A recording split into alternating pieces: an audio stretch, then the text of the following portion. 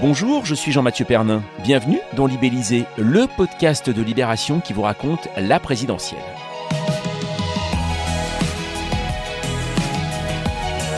Au lendemain du premier tour, tout paraît flou. Vous aussi, vous avez un peu cette sensation ? Eh bien, pas de panique. Libellisé est là pour vous aider à analyser et comprendre le résultat du 10 avril. Un podcast en forme de lampe de poche qui va s'aventurer dans un paysage politique fracassé, plein de vestiges, de marécages et de quelques vergers luxuriants. N'hésitez pas à rejoindre cette quête en nous écrivant sur libellisé@libération.fr. Tout le monde est prêt ?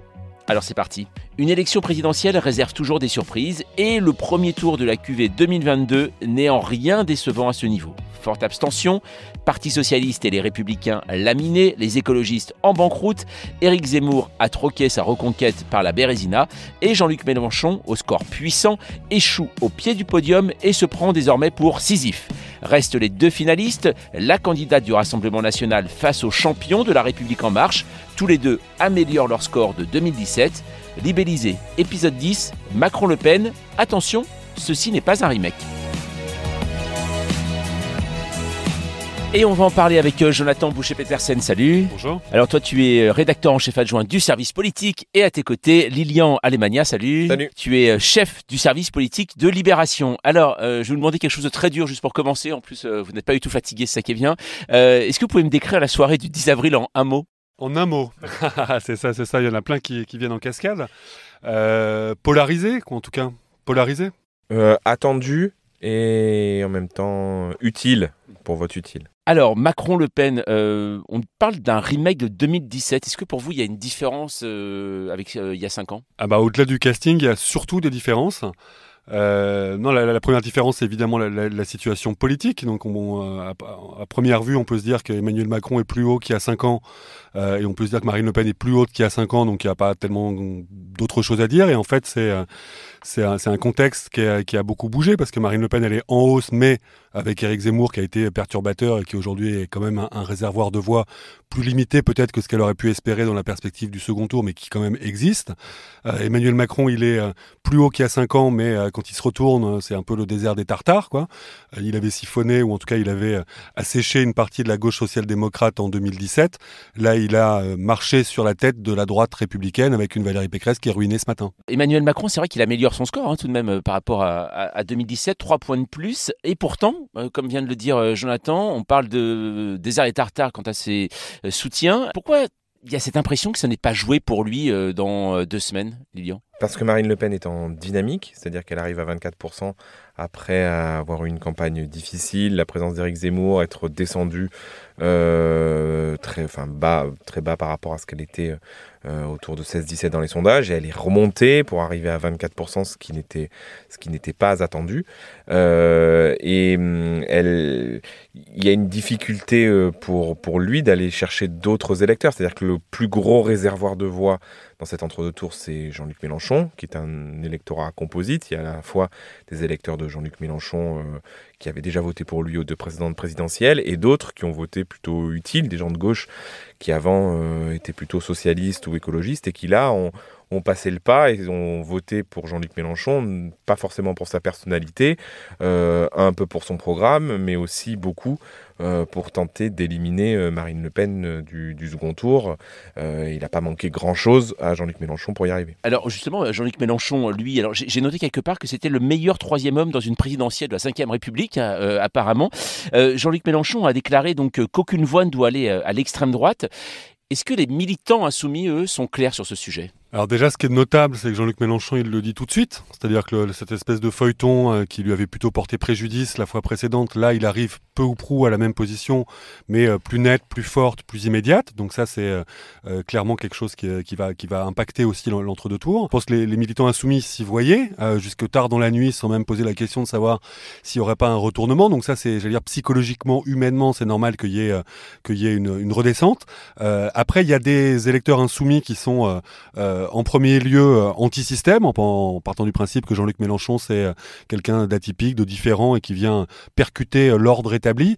Il y en a qui, j'allais dire, n'ont pas forcément la culture du barrage habituel en se disant entre la droite Macron et l'extrême droite Le Pen, il n'y a pas de questions à se poser. On se rend compte qu'au fil des années, il y en a de plus en plus qui se posent des questions. C'est une qu'on avait faite il y a maintenant 1 an sur la perspective du barrage au profit d'Emmanuel Macron, qui est moins l'homme neuf de 2017, qui est plus quand même lesté par son bilan, lesté par les différentes crises sociales, gilets jaunes, réforme des retraites, la question du pass sanitaire. Enfin, voilà, tous ces sujets, ça a aussi charrié un vote anti-Macron.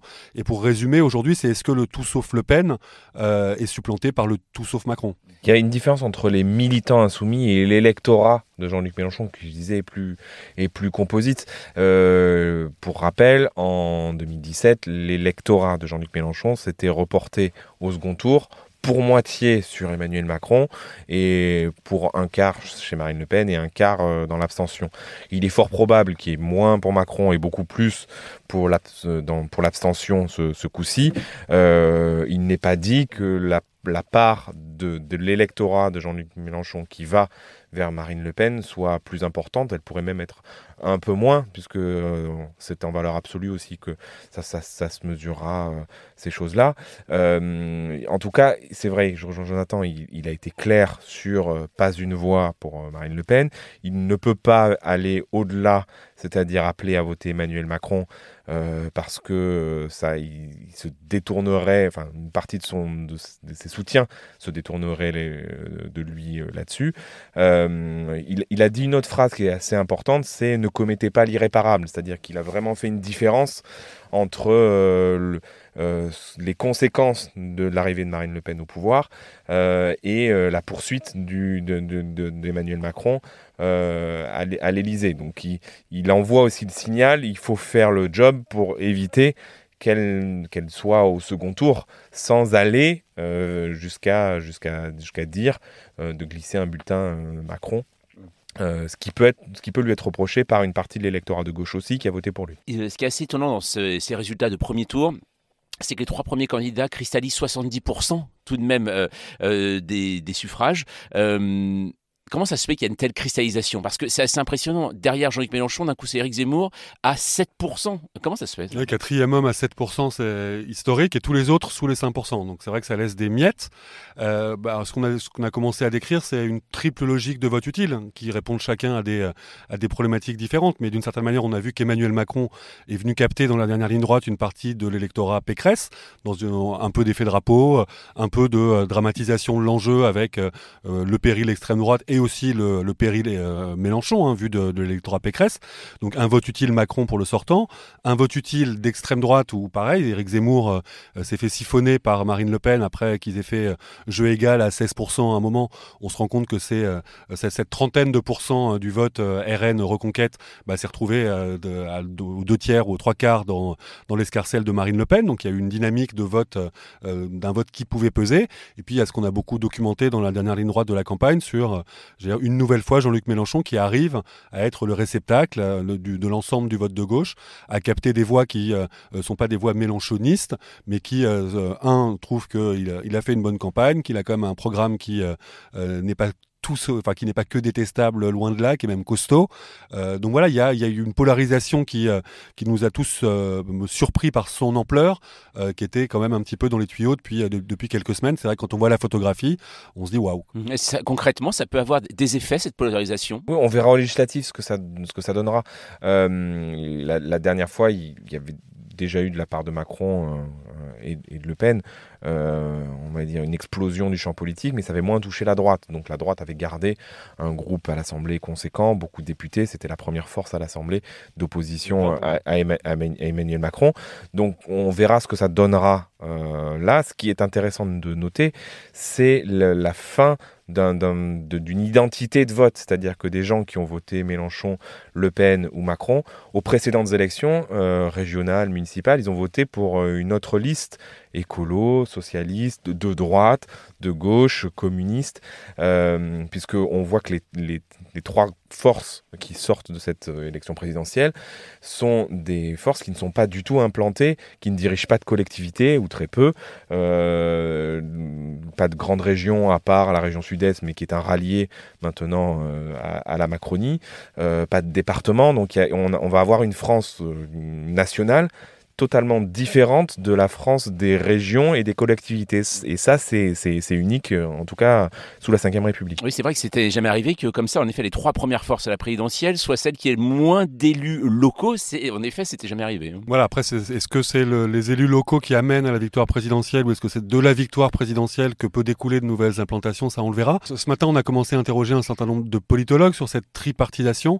Et donc, il y a Vincent Martini, qui est un de ces politologues, et qui dit qu'il y a une tripartisation de circonstances électorales dans ce qu'était le contexte de ce premier tour, que ça ne veut pas dire qu'il y a une tripartisation idéologique. C'est-à-dire que, comme on le disait, dans l'électorat qui s'est mobilisé pour Jean-Luc Mélenchon, il n'y a pas que des mélenchonistes. Dans l'électorat qui s'est mobilisé pour Emmanuel Macron, il n'y a pas que des macronistes. Et dans l'électorat qui a fini par voter pour Marine Le Pen, il n'y a pas que des lepénistes. Donc ça vient de dire la réalité du premier tour. Est-ce que ça vient dire la réalité partisane dans des élections intermédiaires? On le verra dès les législatives. Et c'était le but de Marine Le Pen en 2017 en créant le Rassemblement national, ce qu'elle n'a pas réussi à concrétiser dans les faits, puisque Éric Zemmour, lui, est apparu et a voulu faire justement cette union des droites, comme il l'a appelé. C'est ce que veut faire Emmanuel Macron, puisque hier, il a appelé un grand mouvement qui rassemblerait les forces qui le soutiennent.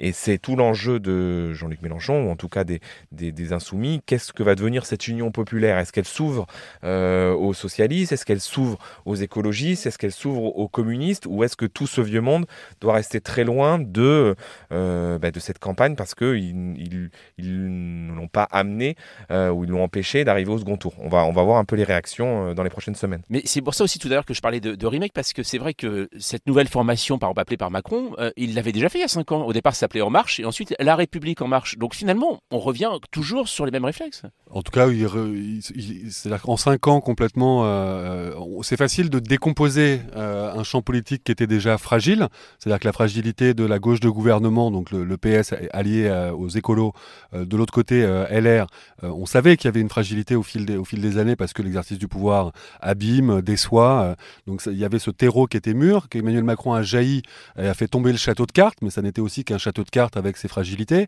Maintenant, recomposer un champ politique en faisant cohabiter sous une autre bannière que simplement la victoire présidentielle des gens qui ont fait 20 ou 30 ans de vie politique chacun de leur côté, on se rend compte que même avec Emmanuel Macron au pouvoir, la place d'Édouard Philippe, les dynamiques dans la maison commune, la place pour les petites composantes qui en font partie, on se rend compte que c'est plus un agrégat de micro-chapelles, que donc une fédération où chacun continue à avoir son identité et un chef en commun qui est celui qui fait gagner la présidentielle. Voilà, après de là à construire une nouvelle famille politique avec des courants, c'est encore autre chose. C'est la question du ciment, parce que le ciment économique et social, il n'est pas là. On va faire cohabiter Éric Woerth, qui vient de la droite, et Marisol Touraine, qui vient de la social-démocratie, et qui se sont affrontés, notamment sur les questions de réforme des retraites. Donc comment cette famille-là va pouvoir cohabiter, y compris dans un quinquennat où à la fin, Emmanuel Macron s'il est élu, ne sera plus candidat, puisque ce sera son second mandat. On a vu aussi quand même un phénomène assez étonnant. C'est tout de même aujourd'hui Yannick Jadot qui a besoin d'emprunter de l'argent pour faire vivre son parti, rembourser son prêt. Valérie Pécresse, des Républicains également. Ça aussi, c'est un signe tout de même de voir qu'aujourd'hui, il y a 3 forces qui se sont distinguées et qu'aujourd'hui, de faire de la politique, ça devient très compliqué. Oui, d'une certaine manière, ça vient redémontrer que faire de la politique à ce niveau-là, c'est prendre un risque. Pour le coup, chaque candidat qui se soumet au suffrage des Français prend son risque. Aussi, ils sont, et l'un et l'autre, adossés à des formations qui sont financièrement et politiquement un peu fragile, mais oui, c'est pas rien. Enfin, il y a une différence parce que le Parti socialiste, qui a un score encore plus faible que celui des écolos ou de la droite, avait anticipé. Ils ont fait toute la campagne sous les 5%, donc en termes d'ambition, de moyens mobilisés, c'était plus restreint. C'est vrai que d'une certaine manière, Valérie Pécresse, on a beaucoup raconté dans ce podcast et ailleurs que le grand meeting, le meeting le plus cher, avait été quasiment son principal boulet de campagne. Donc c'est vrai que ce matin, même si on rappelle qu'elle a un patrimoine qui dépasse dépasse les 9 millions d'euros. Et que voilà, quand on lance un appel aux dons, il y a quand même des gens qui se mobilisent. On l'avait vécu avec le Sarcoton. Mais quand même, voilà, le bandeau de BFM ce matin, par exemple, c'est Valérie Pécresse ruinée, j'ai besoin de votre aide. Donc c'est vrai que c'est une posture. On n'a pas l'habitude, hors fraude, de voir un candidat de la droite républicaine autant aux abois au lendemain du premier tour. Est-ce que c'est la fin, finalement, de la recomposition politique dont on nous a tellement parlé en 2017 avec ces scores si faibles pour le Parti socialiste et les Républicains? Non, il faut se méfier. On verra aux législatives et ce qui sortira et la couleur de l'Assemblée nationale. Comme je disais, des électeurs qui ont voté Emmanuel Macron pourraient voter pour leur député de droite parce qu'ils l'apprécient, ou leur député socialiste parce qu'ils l'apprécient. Des gens qui ont voté Jean-Luc Mélenchon pourraient voter cette fois-ci, du coup, via leur conviction et pas utile. Donc écolo, socialiste, communiste. Donc il faut se méfier de ça. On pourra faire le bilan après les législatives. Et puis, c'est ce que je disais tout à l'heure, les forces anciennes, elles vont rester. Elles vont rester dans les régions, dans les départements, dans les communes. Et on va vivre, et c'est intéressant, tout un quinquennat sans élection régionale, par exemple.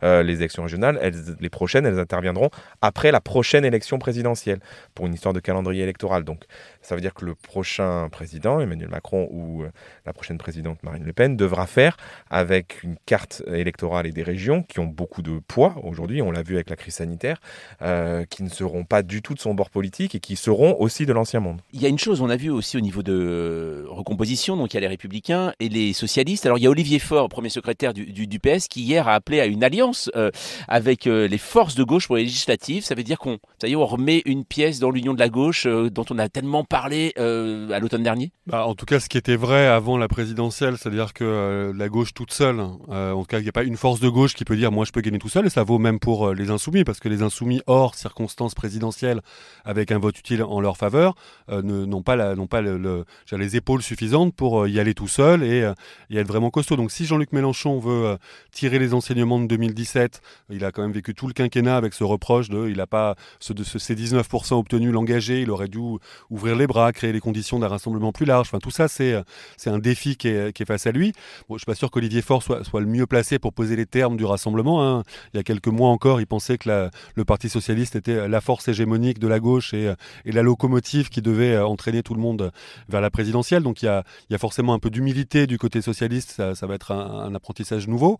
On sait qu'il y a des convergences idéologiques, même amicales à certains moments, sur les luttes entre une partie des écolos dits un peu radicaux et les insoumis.